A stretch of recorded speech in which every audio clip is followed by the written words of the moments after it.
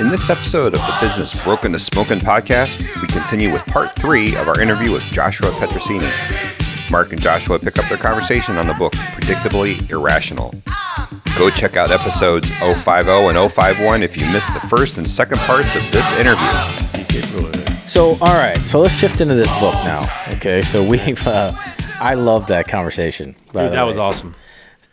Well, all right. So, Predictably Irrational, Dan Ariely. Yeah. It's like freaking 300 pages. I listened to it on audio. Me too. Then I bought the book later. Bought a couple copies. Marked it up some. There was a money quote. Well, so first of all, what was you told me about this. Yeah. How'd I get into it? Who turned you on to it? Yeah. So, like every time I'm here downstairs, like I'm super curious and I'm like always snooping around at your books. Mm-hmm. I want to know what people are reading. What's up? Yeah. What should I be reading? I think it's probably June. I was down in South Carolina. I was at a buddy's house. And like yourself, another dude I respect highly. Mm-hmm. And I'm looking at all his books. I'm like, all right, what are you reading? What are you liking? And he points this one out of all the books. He's like, this one's fascinating. Mm. I'm like, well, tell me about it. He's like, behavioral economics. I'm like, I don't even know what that is. Right. What's that mean? As opposed to Adam financial Smith economics, right? Yeah. Supply and demand, right? So I'm like, straight clean economics. Yep. So I start looking through it. I'm like kind of interested in it. He's talking to my wife. His wife's talking to my wife, and I'm like looking through it. I'm looking at the names of the chapters, right? Mm-hmm. So then we have a long family journey. So I'm like, I'm gonna find this thing. So I've got 15 hours to head north. So I'm like, I'm going to get this book. I'm going to listen to it. I'm a couple chapters in. I text him. I'm like, dude, this is fascinating. It's fascinating. And right off the riff, my brain's going nuts. Because I'm like, this would be good for me. This would be good for management. This would be good for marketing. This would be good for parenting. This would be good for the way I father my kid. This would be good for the way I manage my people. And there's a lot of stuff in there about like what we're influenced by and how we're making decisions. And how I started the whole session here is like, in 10 years, man, I might not be able to give you a 15-minute summary on a book I read 10 years ago. Mm-hmm. But like not the book per se, I'm neither here nor there, but like the content of the book, I think is pretty valuable. Yep. And like, if we can figure out our limitations and our weaknesses and learn how to make better decisions quicker, this could be pretty pivotal. Do you agree? I mean, like from your take? Yeah. Yeah, I do the same thing. I pull all kinds of weird little nuggets out of books. And I'm always looking at them very broadly, and I'm always kind of scanning for how is this going to apply? Who can I apply this to? Same. Right? And I'm shocked at how infrequently people do that. Yes. And I don't know if that's some sort of like how you were wired or if it's something. A code problem. Yeah. Like, do I have some sort of glitch? Like, Shane, did I have something stuck on my back? Like, what I is mean this? to talk to you about that. Yes. I want to read more of his books. I know he's got 7. He's got like an 8th one coming out in September here. Because this is like 15 years old or something. Is it? Yeah. It's that old? I think so. Okay. I didn't know it was that old. It still feels relevant. Oh, yeah.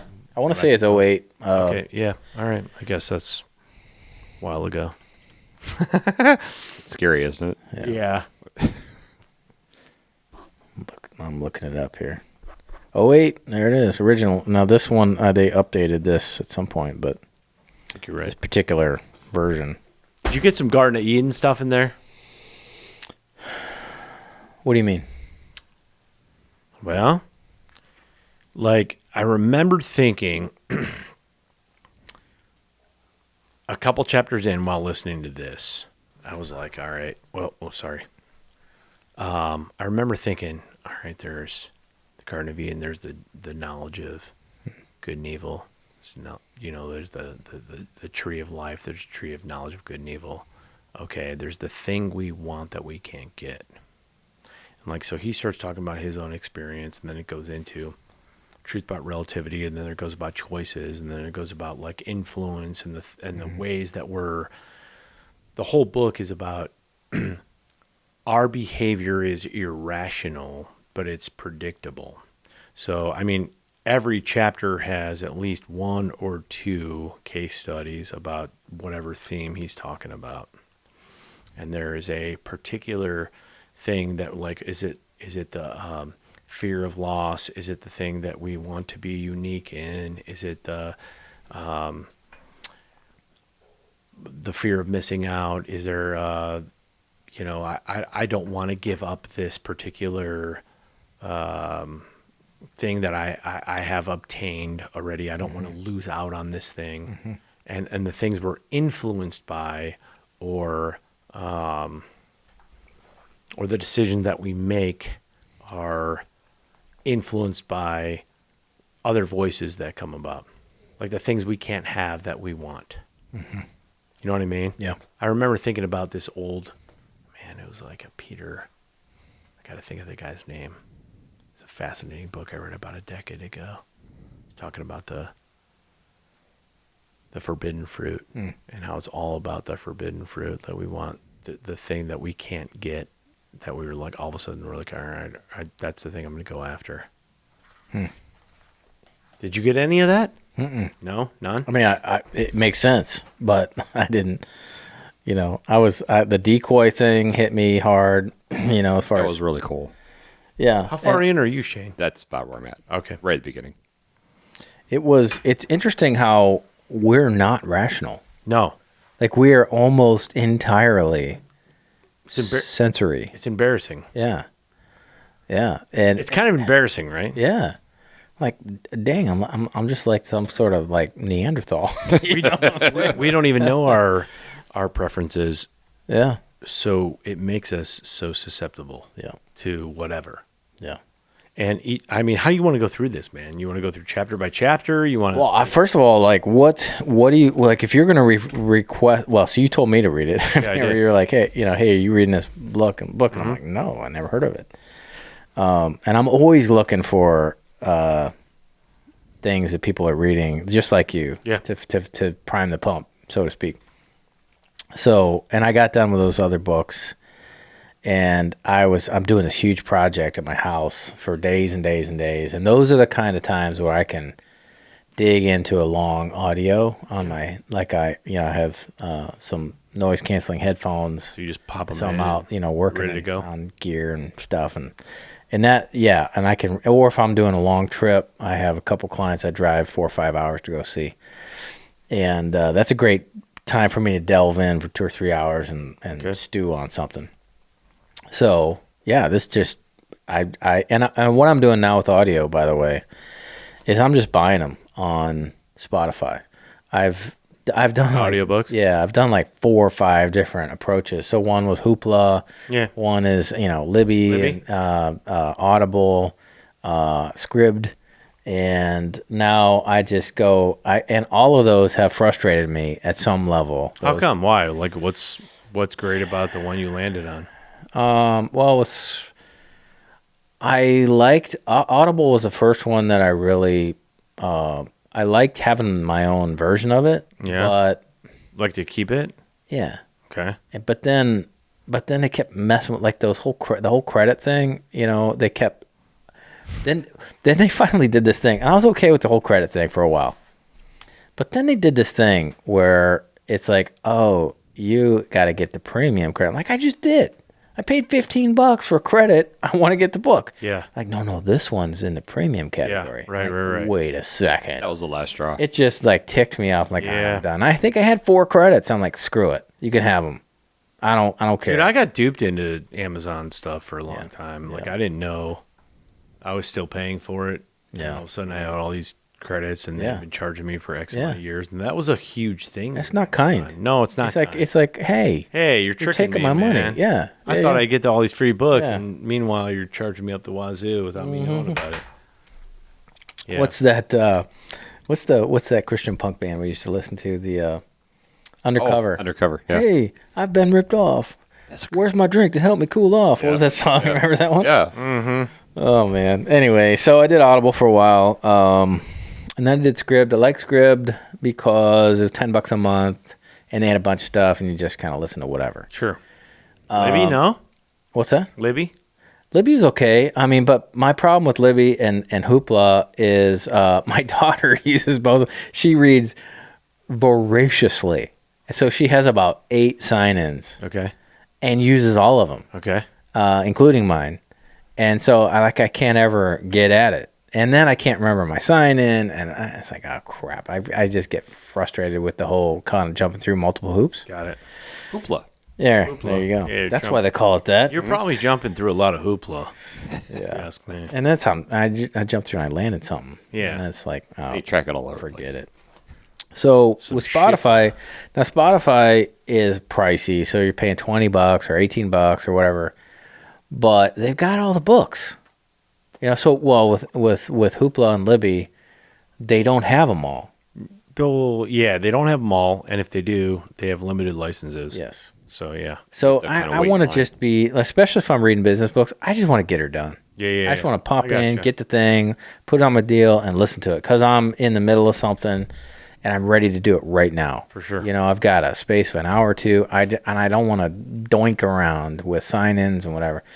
And Spotify's been good. It's been a good setup for me. So anyway, but the problem with Spotify is you can't buy books through the app. You've got to log in. You got to go on the browser. Okay. To buy the books because Apple's got them in some weird headlock with the app. Yes. And Apple won't let you buy Spotify books through or audiobooks through the app. If they did, they would have to give Apple a really big cut. Yeah. There's not enough margin to do that. Yeah. So anyway, so that's the one. So I'll go on the browser and I'll buy 3 or 4 books, and then they show up in your app. And then it's really easy with the way that the app works in Spotify. It's easy to access it while I'm driving and all that, and coming up on my display on my truck and so forth. So why would you tell somebody to read this? Like, what would you kind of in a couple of highlights? Like, what do you think that your big takeaways are from this? Yeah, decisions, behaviors, like kind of unearthing the things we're influenced by and shaped by, and like I said in the beginning, like I think if we were to grasp the concept of why we make the decisions we make or the things that we're influenced by, and understand the limitations or weaknesses, it could be pivotal. Mm-hmm. Like, again, not the book per se, but I think the concept or the content of the book is really important, man. Yeah. Like in 5-10 years from now, if you and I like really sunk our teeth into some of the concepts that the book presented and we were able to get around some of that stuff, I don't know how it doesn't make your personal life, professional life, spiritual, physical, grasp on how and why you make decisions better in the long run. Yeah. You agree? Yeah, absolutely. One of my big takeaways. That was my takeaway. Yeah. Going back to kind of the Garden of Eden thing, which is, and it's fascinating to hear Jordan Peterson talk about I was thinking the 12 Rules for Life, his first 12. His first book. Yeah, not the 24, not the next 12. Yeah, But, he 12? talks about the Garden of Eden in a kind of allegorical way, and he compares these different historical deals, and it's very fascinating. But one of the things that kind of I think we all struggle with as humans is there's this struggle with being kind of gut driven, or I don't know, hormonal, emotional. Yeah, we're just duped. kind of like the We're almost like susceptible. crowd stuff. Did you feel? Yeah. I mean, like Yeah. maybe not every single chapter, but like, did Yeah. you feel Yeah, victim yeah, absolutely. as a part of that? One of my first tools, you might remember this because I think I unloaded this tool on you at some point, was a tool I called Swirly. Yes. Do you remember that? That's swirly. Yeah. Did I tell you about that? I don't remember Swirly. Yeah. So, and it was just one of these deals. I'm like, man, I go into this situation and all of a sudden I feel all out of sorts. Yeah. And I figured out that I do all kind of dumb things. I buy dumb stuff. I make dumb decisions. I sign up for dumb things, whatever. And I'm like, man, it always comes after this, like, weird. I get like out of sorts. Yeah. You know, I'm like, dude, when you feel that way, back out. Yeah. Just like whatever it is, you're gonna do something stupid. It may feel right, you know, but it's dumb. Why are we doing the thing we do? Yeah. You can recognize it too. Yeah, you can, and so you can recognize in other people too. Yeah, Like absolutely. they're getting a little. Yeah, squirrely. they're gonna getting make a little squirrely. Well, and you know, on a sales side, it's like, man, we can like manipulate that, and that's uncool. I think it can be uncool. Dude. So getting into the chapters of I think it was chapter 2, like the fallacy of supply and demand, where it started to talk about like you can get this one for $59, or you can get the hard copy for $59, or you get the digital for this one. Yeah, and or you get them both for $129. Yes. That was crazy. That was weird, right? Yeah. And it's like, yeah, you're right. I do that. I probably did it in this whole realm, like where I listened to the book and then I'm like, I'm going to buy it anyway. Like, you know? And so what I was talking to Jody about, which I'm interested in talking about in part 2, is like, how do we take the principles of the truths that we found in this thing and not be a dick? You know what I mean? How can we help? I know that's a little weird because like we're not the knower of all things good. How can we take these principles and lead folks, even in a marketing sense, towards an option without being manipulative or duping them into some sham, right?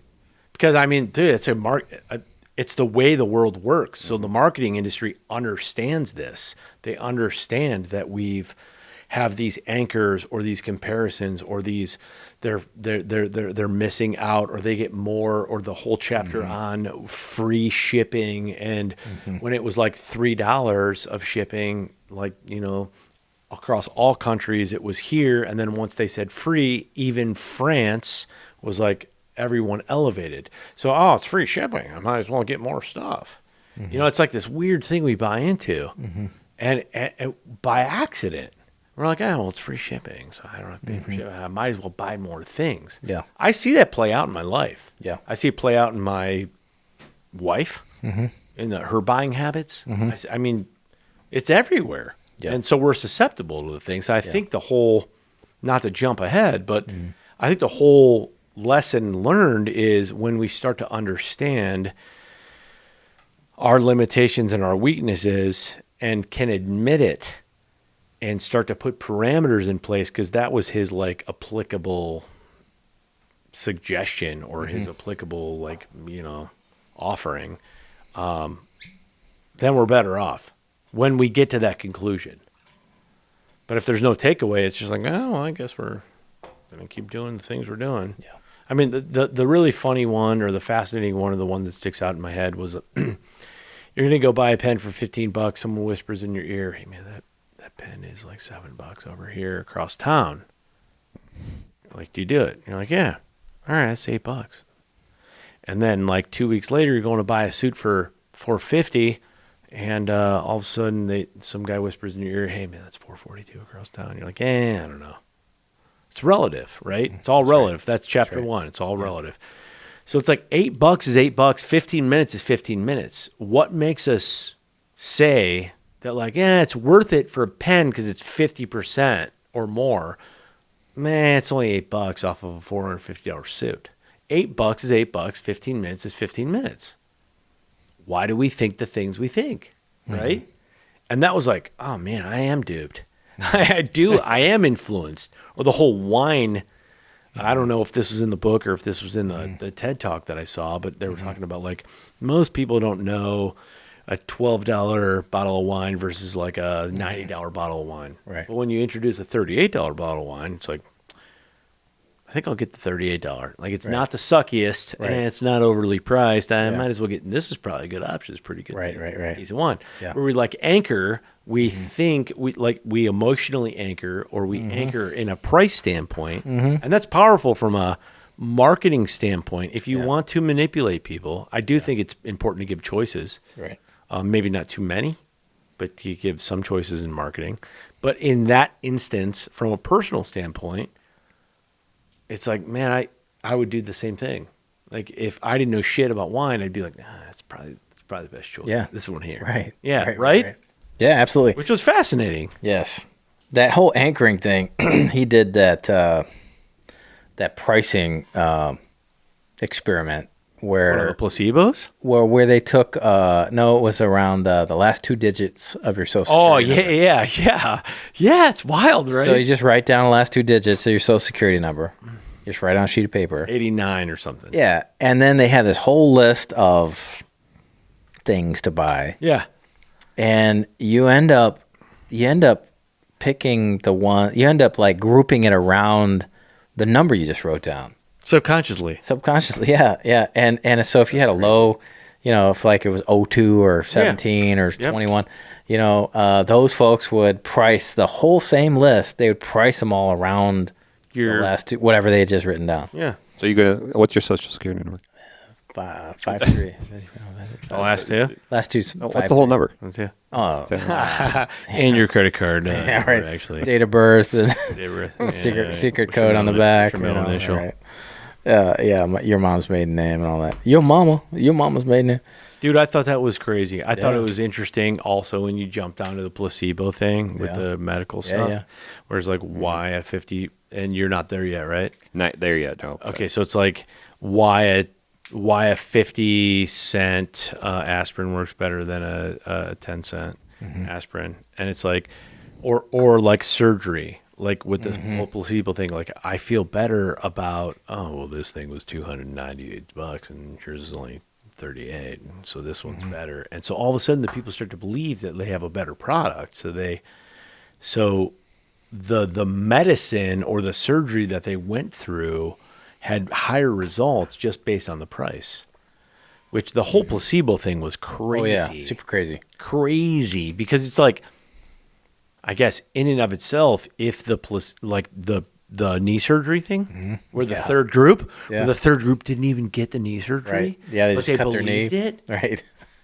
They believed it, and it had the same results. It had the same efficacy. Yeah. Is that what they said? That's right. So it's like, all right, well, knowing that, could we save billions of dollars from doing this type of surgery, knowing that like a placebo is a potential solution to this problem, although it's a placebo, So placebo in and of itself is a solution to the very problem, which is like nutso. It's Yeah. power of suggestion. Yeah. It's like where we put our value, and how susceptible we are as human beings.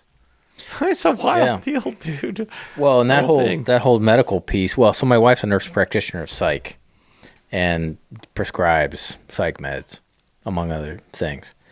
And it's a well-known baseline in psychiatric medicine that the medicines are 50% of the time have an impact. And that's at best case scenario. They know that. They don't know why most of them have any impact. They just know that they kind of do. Some of them do, and some of them Yep. might not. Yep. Depending on the person or the situation. But when somebody comes in and says, I need help, and they give them some help, just them proactively saying, darn it, I'm going to go get some help. Yeah. I'm going to go figure this out. That mind shift. It's not like mind games, but when you make a decision, and this is going back to the garden again. Yeah. There's something really powerful about a human when a human says, okay, this is going to change now. I'm going to do something. Yeah. It sets some things in motion, and Yeah, it does. not from super funky Tony Robbins type stuff, Yeah. but just when you make a decision and set your face toward a goal, some things start to change, and you just start making weather. You start changing, you create, not in a creepy way, but you just start changing things, and it's I see that in coaching too. A lot of times I don't have a lot of good things to help a client with sometimes, it's just the fact that they show up and they sit down and they're like, I'm here because I need some help. Okay, let's help you. And they leave being helped, and I'm not sometimes not giving them buckets of great information or smoking hot tools. Sometimes I do, but sometimes that's what they need. But really the baseline is being proactive, and just saying, I'm going to change this. I'm not sure how, but I'm taking the first step, which is intentional. I'm putting myself on an intentional track to make this thing better. And that has a huge impact. It's the first step. There, you got to follow through with a bunch of other things. Some of the medical stuff, like they're saying, like, what was the one in the 50s where they were doing that heart surgery? Remember that? Where they're sawing open the people's sternum, and they're doing something with, it was the latest greatest in the 50s. And the surgeons, a group of surgeons, was like, wait a second, these folks are coming back a year later. We don't even know if this is actually helping, and so they made the incision on some of the folks, but didn't actually do the surgery. Actual surgery. They just kind of cut them, which is raising all kinds of ethical stuff. That's wild in and of itself. Yeah, but and they had that they did it. Yeah, they had the same results. And it starts to push at like this whole idea of data or proof or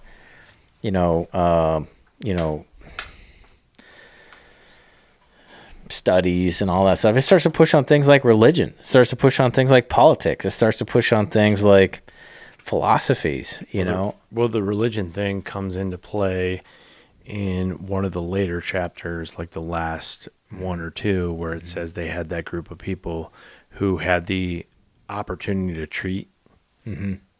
And then there's the second group who had the opportunity to cheat, but they also had to write down the 10 Commandments. Mm-hmm, right. If they remember, you remember that? And even though they couldn't remember them. They were more honest. That's right. Just by inducing a moral code. That's right. So it was like, maybe we bring back reading the Bible in school or reading the Quran in school. Yeah. The thing you're hitting on, the effect of expectations. I had written on this note. If we expect something to go good, it's likely going to be good. If we expect it to go bad, it's likely going to be bad. What we expect influences our decisions. Mm-hmm. So that's a perception thing. Yeah. That's a perception thing. Our perception is our reality, what we say. I mean, what is the narrative we're telling ourselves in day in, day out stuff, right? Yeah. Peterson talks about that too, Jordan Peterson. It's called the Matthew Principle. Which is, to him who has much, more will given. To him who has little, even what he has will be taken away. And it's this idea success begets success. Yeah. And as you start to move proactively toward a thing, it starts to shift. Lots of things start to shift. Yeah. And it's not metaphysical. Right. As much as it's just intentional. You start to make different decisions. You stop using your gut. You start using your brain. You start to use your logic instead of your, emotions to make decisions. And, So some of my big takeaways was man, I need to pump the brakes when I'm making decisions. Yeah, for sure. Even more. I've been trying to over the years and developed all kinds of little hacks around slowing this thing down before I do something really dumb. Including one called Pump the Brakes. Pump the Brakes, yeah. What episode was that? 45 or 6? Yeah, it was just a couple ago. Yeah. We have a great tool around figuring out how to slow down around specifically for a visionary person who's, all right, we're going to do this great new thing. Yeah. Okay, dude, let's pump the brakes here. Let's shift from gut to brain. Logic. Yeah, to logic. I'm looking at my notes I have one or two bullet points for every single chapter here. And there are some things I'm susceptible in.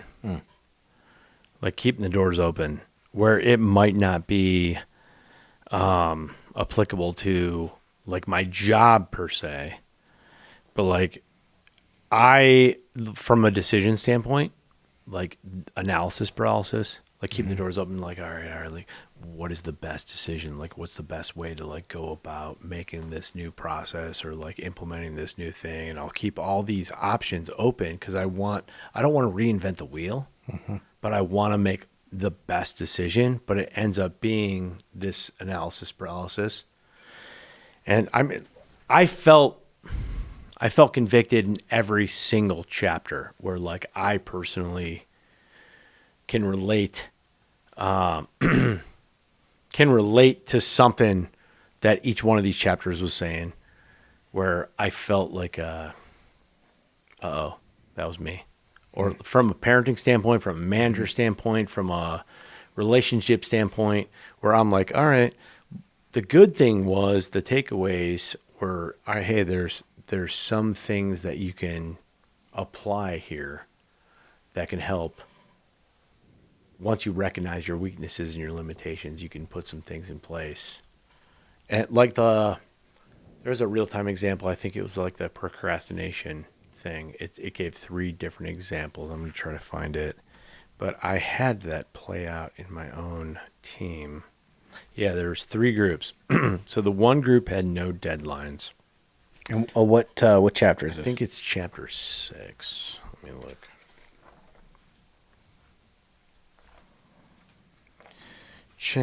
Chapter 7. The problem of procrastination and self-control. So remember when he talks about when you have financial problems, if you have exercise problems, like get a partner. If you've got financial problems, allow your work to take more money. When you start to recognize these things. But with this one, it says there's one group had no deadlines, just handing all the papers in at the end of the class. This was his students. Yeah, Gave them the options. So every single chapter has a case study. Yeah. So this one was like one of his classes is like, hey, you got no deadlines, just hand in your papers at the end of the class at the end of the year. Like all 4 papers have to be due by X date. The second group had self-imposed deadlines. So it was like, hey, there's 4 papers. By the end of the first week, you have to tell me when you're going to hand in each one of these 4 papers.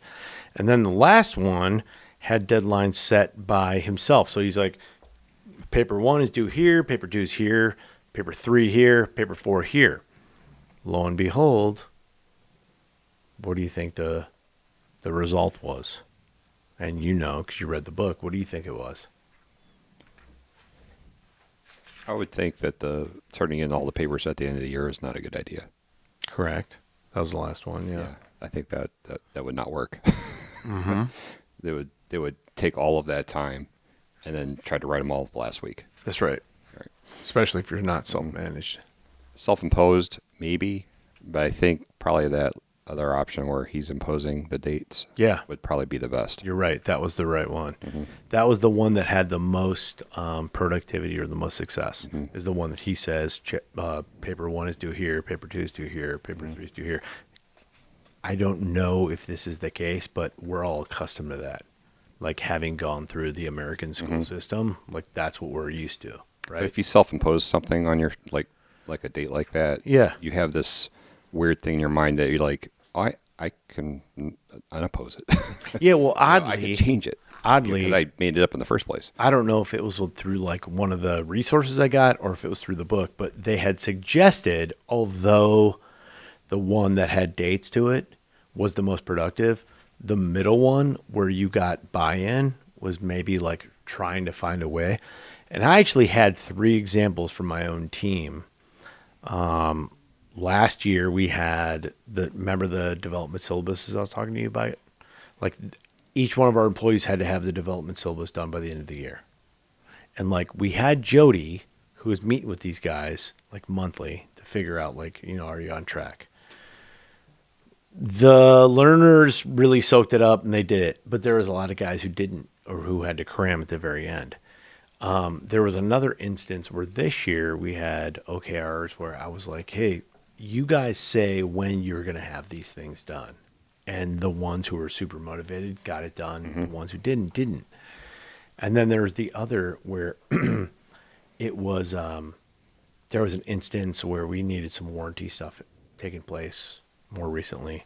And it was like, hey, this needs to be done by X date. And everyone dropped and did it and got it done. So in real time, not knowing this book, not knowing this chapter, it played out true to form. Like those guys got the thing done when I had a deadline And then the second best was the one that they self-imposed, and the third best was the one that they had open-ended. And the self-managed people were able to get it done, and the ones who maybe weren't thinking about it didn't. But it's fascinating, dude. The whole book made me feel duped, though. Like I was like, I'm duped. You big dummy. Yeah. You big dummy. I'm duped by this stuff. Yeah. We all are. Which was also encouraging. That's the whole point, you know? Yeah. We're all in this together. Yeah, right. Yeah. Well, you know, Communication. we're trying to move from, and this is again the moving from being led around by our nose, so to speak, which is an agricultural, you know, metaphor. You know, in the old country, Okay. they would insert a ring in the nose of an animal, Like a bull. well, like a oxen. Okay. All right, steer. Yeah. You know, and that's how they lead them around. They put this ring through the nose, or a swine. You know, that's how you kind of drag them around. Not drag them, well, lead them. So you're not making any choices. You're getting pulled around. You're getting led, Okay. right? And we're shifting from. We need to shift as humans from that to proactive, intentional thinking about it, using our better faculties, Yep. our more mature faculties, and it's this constant battle between those two realities that are stuffed Polarities. into a person, Yeah. and yet we're constantly fighting this. And this is where, like, philosophically, I love how Jordan Peterson plays that out in 12 Rules for Life. You know, just to, like, dude, we got to constantly fight that thing. And you know, he pulls out the Genesis. There are two historic Genesis. Yeah. There are two historic origins of the world philosophies from way, way back. Yeah. And those two get melded into Genesis, which I didn't know as a, you know, lifelong Christian guy. I had no idea about that stuff.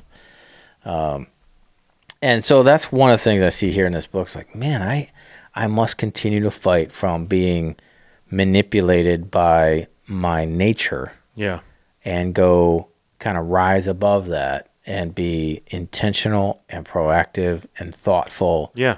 and have good breaks. That's right. You know, guardrails. To me, like, that's one of my big takeaways is like, well, build some guardrails into Yeah. your life. You know, budget is a great example. Yeah, right. You know, I love doing this with clients. I have a bunch of clients I'm doing this with now. I call it the bucket budget. And it's so take somebody like, you know, your boss, where you own a business and you've got shares and you got profits and you got paycheck and you got this asset you're developing as an owner. You're also an operator. And then saying, all right, what is this doing for your family? Yeah. Let's talk about your family assets, your family stuff, your family, and creating guardrails as a family. Because a lot of times this asset, if it's really doing well, Yeah. it creates this like bonanza on the family side, Yeah. which destroys everybody. Yeah. It destroys, you know, a great book around that is Millionaire Next Door. It just shows how these folks craft this business, blue collar, bootstrap a business, and they do this really smart way, build it really smartly, but then it destroys their kids. They like pad and pamper their kids, and it creates this bad life cycle. Hey. You know what I'm saying? And so anyway, so one of the things I'm doing with my clients is helping them set up guardrails where they're very intentional about their family money, and creating, instead of just That's a service you offer yeah to the clients? yeah From the family side, from Yeah. the personal side? some of them that's the cool, lucky man. ones. Yeah. That's significant, man. Yeah, and it's fun too because Yeah. then it's impacting, you know, legacy. It's impacting, hey, how you raising these kids? It's impacting. What are you thinking about? Like a couple of my clients, I'm like, buddy, it's time to think about being a grandfather. Yeah, right. What does that mean? And they're a lot of times this is a new idea to them. Yeah. Like, oh, I have this opportunity to, well, I can go to Florida, quote unquote, or I can take and teach my grandkids how to handle wealth, how to handle opportunity, how to handle like make it so they're actually able to do something better than I did, but have it not kill them. Yeah. And it's really fun to, and some of this stuff in this book is poking at that, a little bit, very indirectly perhaps, but it's been really fun. Yeah, it has been fun. Yeah, there's a lot to take from it for sure. Yeah. I think I need to like dig into the specificity of some of the anecdotal things that he proposes and see if they hold weight. Okay. Like where are these things applicable in my life tangibly? You know what I mean? Yeah. Because it's easy, like I said at the beginning of the thing, like there's a lot of business books we read that like, I might have one or two takeaways, but the context of this is like, dude, if I learn my weaknesses or my limitations and we start to learn how to make decisions better, quicker, like, man, the impact it could have on your life from not only personal, professional, spiritual, from an exercise standpoint. Because he was given some tangible things. And I think like any book, man, it's one, maybe two, maybe five guys who are writing a book. It's their perspective. And like we, as the reader, perceive it and we take it in and we ingest it, however, and we have some takeaways and we say, we're like, all right, it's not the end all be all voice of truth, but it's like, what can I take from this thing? Is there anything I can learn and apply in my own life in this that's tangible, that's going to be helpful to me? And for this one in particular, like the decision piece, I was convicted almost in every chapter. Like, I'm duped there. Yeah, oh yeah, I'm a victim of that thing. But not only from a management standpoint, from a fathering standpoint, from a personal standpoint, why do I make those decisions? Why have I been duped into, buying into that thing or buying that thing or feeling like, fear of missing out or, I don't want to. The loss thing was awesome. That was weird. That was weird, right? Yeah. But it's true. Or the market norms versus the social norms chapter. Yeah. That was interesting. I found that to be, That was interesting. as far as a business goes, Yes. that's the money. And I actually have a sticky note here, money quote, right on it, and I want to share it. Money quote. This is chapter, it's called The Cost Social Norms. Chapter, I put a sticky note over the chapter. Chapter 4. I couldn't read it, Shane. Chapter 4. I don't have my glasses. Dude. Chapter 4. So, money quote, People social work harder norms for cause versus than cash. Money, as it turns out, is very often the most expensive way to motivate people. Yeah. Mic drop. Yeah, All right, come on. yeah. Let's say that again. Money, as it turns out, is very often the most expensive way to motivate people. Social norms are not only cheaper, but often more effective as well. When we blur those lines. Yeah. In business too. Well, and we just assume, it's money, throw more money at it. Yeah. No, it's not a. Have you been to that chapter yet? No. But I was having that conversation with my son last night. Yeah, it's interesting. It's like people work harder for a cause than they will for money. Yeah. Which I've dabbled in that because there's both sides of that thing. I remember having a conversation with my son. I asked him to take out the trash one time years ago, and he's like, "Well, you gonna pay me?" My son. And I'm like, man, it's interesting what people will do for money that they won't do for love. Yeah. Right? And then I remember during COVID having a tough time, like figuring out what, we're all paid a salary. And like there were folks who were maybe not like, you don't have time for this. I don't have time for this, but you have time to go to Home Depot during the day or doing this thing. It's like, you're still getting paid, right? Okay, well, you're actually getting paid to do this thing. And I could say to my son, it's interesting what people do for money, what they won't do for love, but you're not even doing it for money. And this chapter talks about people work harder for the cause than they will for cash. So it's like if I ask my buddies to come over and like help me move, they'll do it. But if I give them $5, it's like, well, then all of a sudden it becomes a market norm. It's like, well, that's not equivalent. For free, it's fine. But when you put $20 or $8 or $5 at a thing that should be a social norm, is all of a sudden becomes like, well, that's not equivalent to the thing that should be a market norm. Yeah. And then you start blurring those lines. Yep. And so it's like, even in the business realm, it says using intrinsic motivation. This is Daniel Pink from Drive. Rewarding people with money because that doesn't feel like the friends or part of a cause, but more like employees working for a paycheck, which will reduce motivation. Isn't that weird? Yeah. As an employee?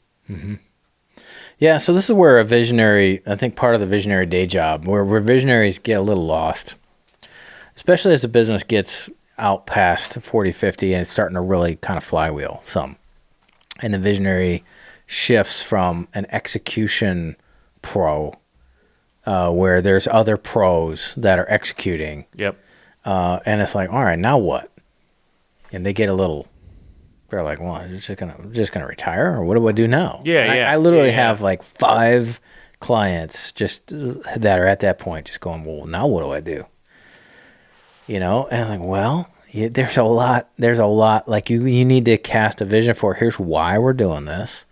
Yes, there's some money involved, but there's this other thing, and yeah, we got to get to that baseline of everybody's okay financially. Sure. But we're doing it for this bigger reason, and you gotta, and it takes mastery.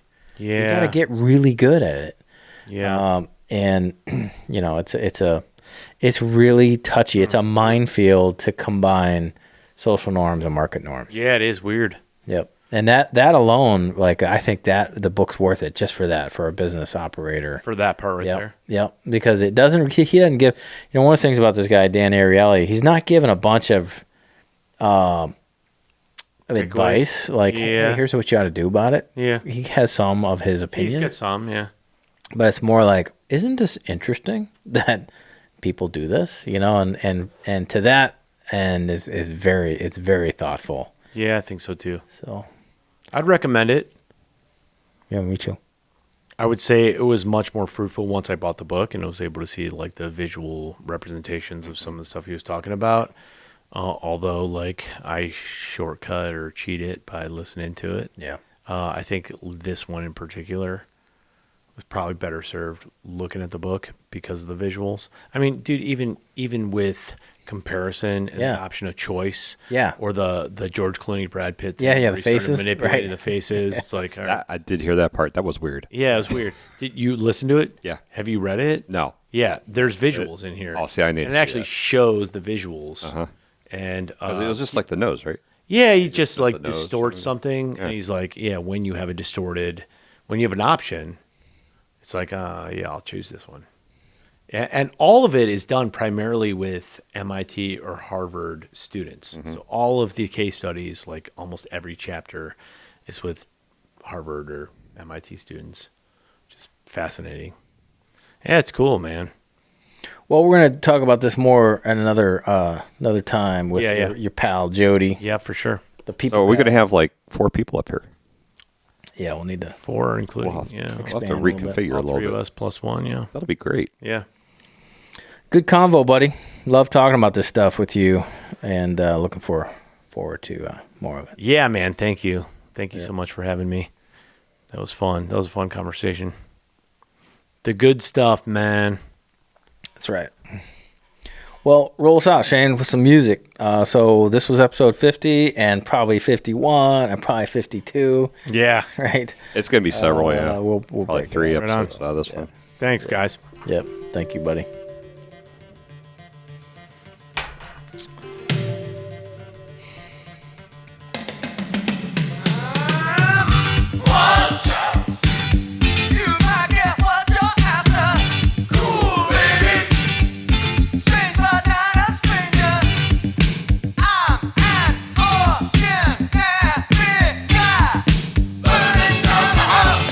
What's he even saying?